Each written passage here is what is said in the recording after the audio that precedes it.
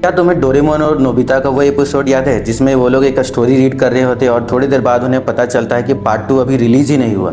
Nobita और Doraemon के अंदर बहुत ज़्यादा क्यूरियोसिटी जाग जाती है और वो डिसाइड करते हैं कि वो खुद ऑथर के पास जाएंगे और पार्ट 2 का आइडिया ले लेंगे। लेकिन जब वो वहाँ पहुँचते हैं तो सिचुएशन कुछ और ही होती है। ऑथर को खुद पता नहीं होता कि वो पार्ट 2 में क्या लिखेगा।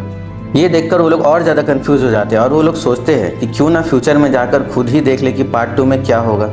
फिर वो दोनों अपना टाइम मशीन यूज़ करके फ्यूचर में जाते हैं, वहाँ एक बुक स्टोर में जाते हैं और देखते हैं कि पार्ट 2 ऑलरेडी रिलीज हो चुका है। वो दोनों उसे तुरंत पढ़ने लग जाते हैं, लेकिन इतने में क्या होता है कि शॉप ओनर वहाँ पे आ जाता है और उन्हें भगा देता है। लेकिन फिर भी कुछ पार्ट वो लोग पढ़ चुके होते हैं और जब वो वापस आ रहे होते हैं फ्यूचर से, तब वो लोग देखते हैं कि जियान, सुनियो और सुजुका ग्राउंड में स्टोरी के बारे में डिस्कस कर रहे हैं। इतने में नोबिता थोड़ा फ्लेक्स करने के बारे में सोचता है और उन्हें जाकर बता देता है कि पार्ट 2 में क्या होने वाला है। तभी वहाँ से बुक का ऑथर भी गुजर रहा होता है जिसे अभी तक पार्ट 2 का कोई आइडिया नहीं मिला होता है और वो नोबिता को पार्ट 2 का आइडिया बताते हुए सुनता है।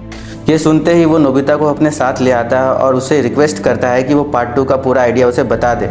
नोबिता कंफ्यूज हो जाता है कि वो क्या करे। तभी ऑथर उससे पैसे ऑफर करता है और नोबिता और डोरेमोन दोबारा से फ्यूचर में जाते हैं और उस बुक को उस शॉपकीपर से खरीद लेते हैं। वो लोग इस बुक को प्रेजेंट में ले आते हैं और उसे ऑथर को दे देते हैं। ऑथर ये देखकर शॉक हो जाता है कि जो चीज़ उसने अभी तक लिखी ही नहीं वो इस बुक में कैसे आ गई। ऑथर एज इट इज़ इस बुक को प्रिंट करके पब्लिश कर देता है। अब यहाँ पे एक बहुत बड़ा सवाल पैदा होता है कि अगर उस ऑथर ने इस आइडिया को फ्यूचर से चुराया है तो फ्यूचर में भी उसे किसने लिखा होगा।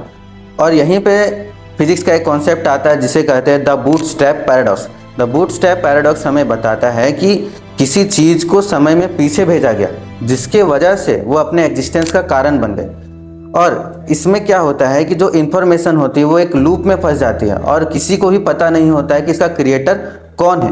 अगर आपको इस एपिसोड को देखना है तो इसका लिंक मेरे डिस्क्रिप्शन में है और ऐसे ही और वीडियो के लिए मुझे सब्सक्राइब करें।